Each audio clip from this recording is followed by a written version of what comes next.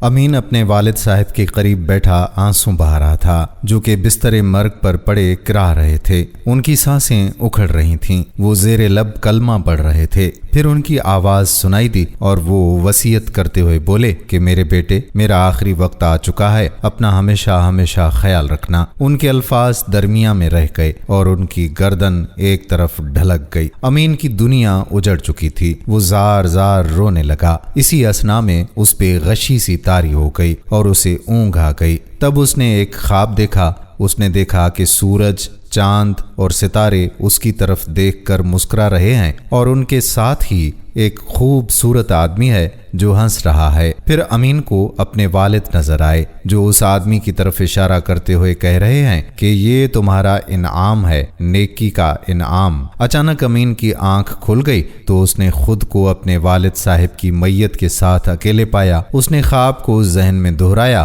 اور پھر تجہیز و تکفین کے کاموں میں لگ گیا۔ اب وہ اتنے بڑے گھر میں اکیلا ہو کر رہ گیا تھا، لہذا چند دنوں کے بعد ہی اس کا جی اکتا گیا۔ اس نے وہ گھر بیچا اور کسی اور شہر کی طرف چل پڑا۔ امین مسکین صورت بنائے اپنے سفر پر رواں دواں تھا۔ اس وقت وہ ایک بستی سے گزر رہا تھا۔ اچانک اس نے ایک عجیب منظر دیکھا۔ وہ منظر دیکھ کر اس کا غصہ آسمان کو چھونے لگا۔ اس نے دیکھا کہ دو آدمی قبرستان سے ایک میت کو اس کی قبر سے نکال کر گھسیٹ رہے تھے۔ اس کے ساتھ ساتھ ان کے منہ سے گالیاں بھی نکل رہی تھیں۔ امین سے رہا نہ گیا، وہ زور سے بولا، ارے احمقو، یہ کیا کر رہے ہو؟ رک جاؤ۔ اس کی بات سن کر دونوں شریر آدمی اس کی طرف مڑے اور کہا، اپنی شکل گم کرو میاں، ورنہ لینے کے دینے پڑ جائیں گے۔ امین نے آگے بڑھتے ہوئے قدرے سخت لہجے میں کہا، میرے ہوتے ہوئے تم اس میت کی بے حرمتی نہیں کر سکتے، تمہیں جو کچھ چاہیے مجھ سے لے لو۔ یہ سن کر دونوں حیران ہو گئے۔ پھر ان میں سے ایک بولا کہ تمہیں پتا ہے کہ اس نے ہمارا قرض دینا ہے، کیا تم وہ قرض ادا کرو گے؟ امین نے کہا، ہاں میں تیار ہوں۔ امین نے اپنے کندھے پہ لٹ کے تھیلے سے اشرفیوں کی تھیلیاں نکالتے ہوئے کہا۔ یہ دیکھ کر دونوں شریر آدمیوں کی آنکھیں چمک اٹھیں۔ انہوں نے منہ مانگی رقم کا مطالبہ کیا اور رقم اینٹ کر چلتے بنے۔ امین نے اس شخص کی میت کو دوبارہ قبر میں اتارا، زمین برابر کر دی اور وہاں بیٹھ کر اس کے لیے دعائے مغفرت کرنے لگا۔ یہ نیکی کرنے کے بعد اس کا دل سکون سے بھر گیا تھا۔ اب وہ آگے بڑھ گیا۔ اس کا گزر ایک جنگل سے ہو رہا تھا۔ یہاں چاروں طرف گھنے گھنے درخت تھے۔ امین کافی دور تک رکے بغیر چلتا گیا، یہاں تک کہ وہ تھک گیا اور ایک جگہ سستانے کے لیے رکا۔ اس نے درخت کی ٹیک لگا لی اور آنکھیں بند کر لیں۔ اچانک اس کے کانوں میں ایک آواز پڑی، بھائی کہاں جا رہے ہو؟ امین نے چونک کر آنکھیں کھولیں اور دیکھا تو اس کے سامنے ایک خوبصورت نوجوان کھڑا مسکرا رہا تھا۔ اسے دیکھ کر امین حیرت سے اچھل پڑا۔ یہ تو وہی نوجوان تھا جسے امین نے خواب میں دیکھا تھا۔ امین نے فوراً سوال کیا، آپ کون ہیں؟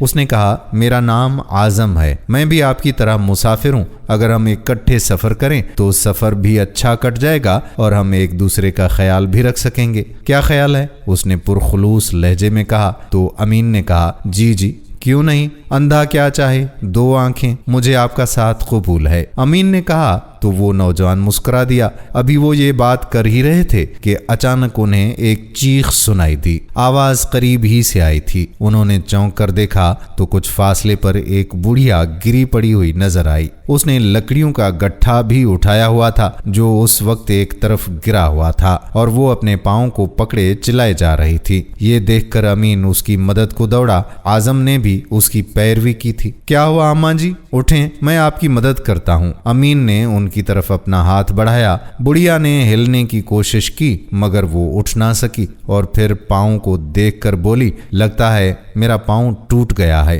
اوہو، امین کے منہ سے نکلا۔ ایسے میں اعظم آگے بڑھا اور کہا، بی اماں، میرے پاس ایک جادو اثر مرہم ہے جو آپ کے ٹوٹے ہوئے پاؤں کو ابھی ٹھیک کر لے گا۔ لیکن کیا؟ بڑھیا نے قدر حیرت سے پوچھا۔ اس نے کہا، لیکن یہ کہ مجھے بدلے میں یہ 3 پھول چاہیے۔ اعظم نے کہا، تو امین کے ساتھ ساتھ بڑھیا بھی چونک گئی اور اس کی نگاہ بے اختیار ان 3 پھولوں کی طرف اٹھ گئی جو اس کی قمیض کی سامنے والی جیب میں اڑسے ہوئے تھے۔ کہنے لگی، بیٹا تم نے کافی مہنگی اور قیمتی چیز مانگ لی ہے، لیکن فکر نہ کرو، میں یہ تمہیں دینے کو تیار ہوں، بس تم میرا پاؤں ٹھیک کر دو۔ بڑھیا نے کہا تو اعظم مسکرا دیا۔ اس نے اپنے تھیلے سے ایک ڈبیا نکالی اور اس میں موجود مرہم بڑھیا کے پاؤں پر لگایا۔ مرہم لگاتے ہی وہاں سے ہلکی ہلکی روشنی سی پھوٹتی ہوئی نظر آئی اور پھر بڑھیا کے چہرے پر حیرت پھیل گئی۔ اس نے اپنے پاؤں کو ہلایا جلایا اور پھر وہ اٹھ کھڑی ہو گئی۔ یہ تو کمال ہے، اس کے منہ سے نکلا۔ اس کا پاؤں اب بالکل ٹھیک ہو گیا تھا۔ ایسے میں اعظم نے اپنے ہاتھ اس کی طرف بڑھائے۔ بڑھیا اس کا مطلب سمجھ گئی اور وہ تینوں پھول اس کی طرف بڑھا دیے۔ اس کے بعد وہ اپنی لکڑیاں اٹھائے چل دی اور وہ دونوں مسافر بھی اپنا سامان اٹھائے آگے کی طرف بڑھ گئے۔ امین اپنے انوکھے ہم سفر کو حیرت سے دیکھ رہا تھا۔ اسے وہ آدمی غیر معمولی لگ رہا تھا۔ کیا ہم یہ نیکی کسی معاوضے کے بغیر نہیں کر سکتے تھے؟ امین نے ناخوشگوار لہجے میں کہا۔ اعظم خاموش رہا اور اس نے کوئی بھی جواب نہ دیا۔ وہ اسی طرح چلتے گئے حتیٰ کہ چلتے چلتے شام ہو گئی۔ اب ان کے سامنے ایک سرائے تھی۔ اعظم نے کہا، دوست یہاں چلتے ہیں۔ امین نے مختصر سا جواب دیا، ٹھیک ہے، اور وہ سرائے میں داخل ہو گئے۔ فوراً ہی ایک آواز ان کے کانوں میں پڑی، آج آپ دیکھیں گے ایک عجیب و غریب کھیل۔ یہ کھیل ہے جوشیلے بھڑکیلے پتلوں کا، جسے پیش کریں گے محترم آکاش صاحب۔ یہ اعلان بار بار دہرایا جا رہا تھا۔ امین اور اس کے دوست نے کھانا کھایا اور پھر سرائے کے ایک کونے میں بنے ہال کی طرف بڑھے جو اس وقت لوگوں سے کھچا کھچ بھرا ہوا تھا۔ یہ سب لوگ ان پتلوں کا تماشا دیکھنے جمع ہوئے تھے۔ اسٹیج کے پردے کے سامنے اس وقت 2 پتلے بے جان انداز میں پڑے تھے۔ یہ کپڑے سے بنے ہوئے تھے۔ ان کی سج دھج نرالی تھی جو دیکھنے والوں کو اپنی طرف متوجہ کر رہی تھی۔ تھوڑی ہی دیر بعد ہلکی ہلکی موسیقی بجنا شروع ہو گئی اور آکاش نے اسٹیج کے پیچھے بیٹھ کر ان پتلوں کی ڈوریں مخصوص انداز میں ہلانا شروع کر دیں۔ دیکھتے ہی دیکھتے بے جان پتلوں میں جان سی پڑ گئی۔ وہ یوں رقصاں ہو گئے جیسے جیتے جاگتے انسان رقص کرتے ہیں۔ جیسے جیسے موسیقی تیز ہو رہی تھی ویسے ویسے رقص بھی تیز ہو رہا تھا۔ اسی اثنا میں ایک اندوہناک واقعہ ہوا، وہ یہ کہ تماشا دیکھنے والوں میں سے ایک آدمی کا کتا بے قابو ہو گیا اور سیدھا اسٹیج پر موجود ان پتلوں پہ جھپٹا۔ اگلے ہی لمحے ایک پتلا اس کے منہ میں دبا ہوا تھا۔ حال میں دبی دبی چیخیں ابھریں اور موسیقی بھی تھم گئی۔ کتے کا مالک بھاگا بھاگا اسٹیج پر پہنچا اور اپنے کتے کو ڈانٹنے لگا۔ پھر اس نے وہ پتلا اس کے منہ سے نکال کر اسٹیج پر رکھا اور واپس مڑنے لگا۔ ایسے میں ایک بلند آواز آدمی نے اسے للکار کر روکا اور کہا، میرا نقصان کون پورا کرے گا؟ یہ آکاش کی آواز تھی، ان پتلوں کا جو مالک تھا۔ اس وقت اس کا چہرہ غصے سے لال ہو رہا تھا۔ وہ کہنے لگا، معذرت دوست، یہ بے زبان جانور نقصان پورا نہیں کر سکتا، البتہ اگر تم چاہو تو میں کوشش کر سکتا ہوں۔ کتے کے مالک نے قدرے استہزائیہ لہجے میں کہا اور پھر ایک خنجر نکال کر اس کی طرف معنی خیز انداز میں اشارہ کیا۔ آکاش یہ دیکھ کر ڈر گیا اور اپنے ٹوٹے پھوٹے پتلے کو لے کر اسٹیج کے پیچھے غائب ہو گیا۔ اب لوگ بھی اٹھ کر جانے لگے، گویا معاملہ رفع دفع ہو گیا۔ امین نے کہا، میرے ساتھ آؤ۔ اعظم نے امین کے کندھے پر ہاتھ رکھا اور کہا، امین میرے ساتھ آؤ۔ اسٹیج کے پیچھے بنے کمرے کی طرف بڑھنے لگے۔ امین بھی اس کے پیچھے ہو لیا۔ وہ چلتے چلتے ایک کمرے کے قریب گئے۔ اندر سے رونے کی آوازیں آ رہی تھیں۔ اعظم نے دروازے پر دستک دی تو اندر یک لخت خاموشی سی چھا گئی۔ پھر تھوڑی ہی دیر کے بعد دروازہ کھل گیا۔ ان کے سامنے آکاش کھڑا تھا۔ اس کا چہرہ رونے کی وجہ سے سرخ سا ہو رہا تھا۔ اس نے استفسار کیا، جی فرمائیے۔ اعظم نے کہا، میں آپ کے پتلے کو ٹھیک کر سکتا ہوں۔ وہ کیسے؟ یہ اب پہلے جیسا نہیں بن سکے گا۔ آکاش نے منہ بنایا اور دروازہ بند کرنے لگا۔ اعظم مسکرایا، کہا، رکو، یہ پہلے سے بھی بہتر بنے گا۔ آکاش نے بے یقینی کے عالم میں کہا، مگر کیسے؟ میرے پاس جادو ہے۔ اعظم بھرپور انداز میں مسکرایا، اور تم بدلے میں کیا معاوضہ لوگے؟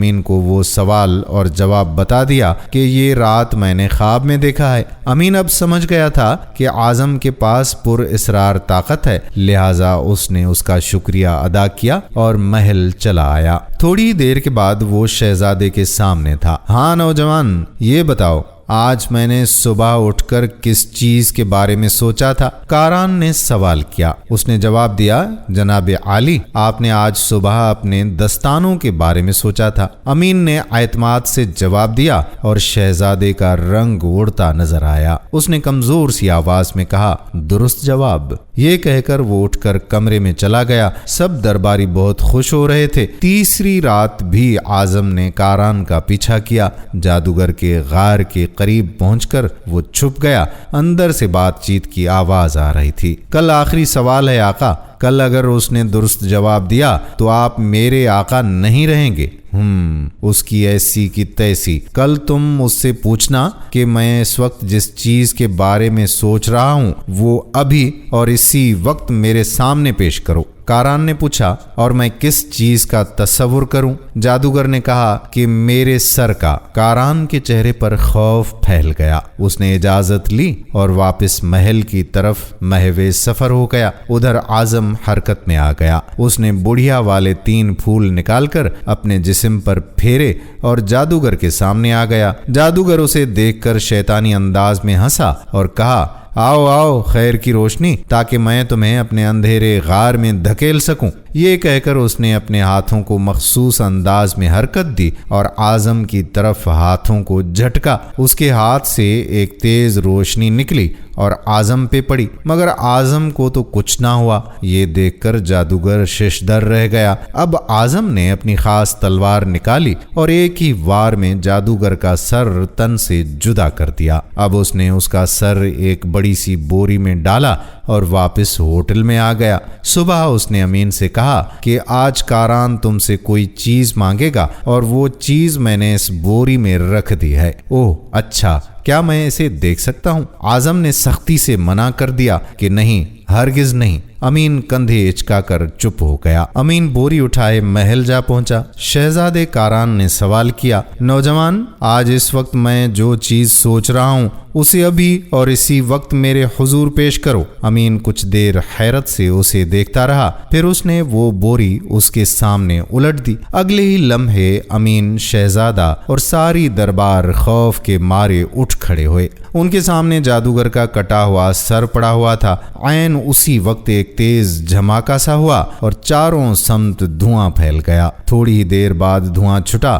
تو سب نے دیکھا کہ شہزادہ کاران بے ہوش تھا۔ اوہ شہزادے، کیا ہوا آپ کو؟ کئی آوازیں ابھریں۔ فوراً ہی شاہی طبیب آ گئے۔ انہوں نے شہزادے کا معائنہ کیا اور اسے ادویات دیں۔ تھوڑی ہی دیر کے بعد شہزادے کی آنکھ کھل گئی۔ اس نے حیرت سے دائیں بائیں دیکھا اور کہا، شکر ہے خدایا، اب میرے دماغ پہ وہ بوجھ نہیں ہے، لگتا ہے میں آزاد ہو گیا ہوں۔ وہ نوجوان امین کدھر ہے؟ اسے فوراً بلاؤ۔ شہزادے کے حکم پر سبھی خادم بھاگے اور امین کو بلا لائے۔ امین کو دیکھ کر شہزادے نے مسکرا کر اسے گلے لگا لیا اور کہا، خوش آمدید ہمارے وزیر اعظم۔ یہ سنتے ہی چاروں طرف شادیانے بجنے لگے۔ جلد ہی یہ بات پوری سلطنت میں پھیل گئی۔ امین بھاگتا بھاگتا ہوٹل میں پہنچا اور اعظم کے کمرے میں جا گھسا تاکہ اسے یہ خوشخبری سنا سکے۔ آگے کا منظر بڑا ہی عجیب تھا۔ اعظم بیٹھا رو رہا تھا۔ دوست، کیا ہوا تمہیں؟ امین نے حیرت اور تشویش سے سوال کیا۔ کچھ نہیں دوست، میں اب تم سے جدا ہونے لگا ہوں، اس لیے اداس ہوں۔ اپنا خیال رکھنا اور ہمیشہ ہمدردی اور نیکی کی صفات اپنائے رکھنا۔ میں اب چلا، الوداع دوست، الوداع۔ اعظم نے الوداع کہی اور پھر ایک عجیب کام ہوا۔ امین نے دیکھا کہ کمرے کے ایک کونے میں اس قبرستان کی تصویر نمودار ہوئی جہاں امین نے اس میت کو دفنایا تھا۔ ادھر اعظم روشنی میں تبدیل ہوتا جا رہا تھا اور وہ روشنی اس قبر میں داخل ہوتی جا رہی تھی۔ جیسے ہی روشنی قبر میں داخل ہوئی، ایک تیز خوشبو سی پھیلی اور اعظم غائب ہو گیا۔ امین کا مارے حیرت کے برا حال تھا، تاہم وہ سمجھ چکا تھا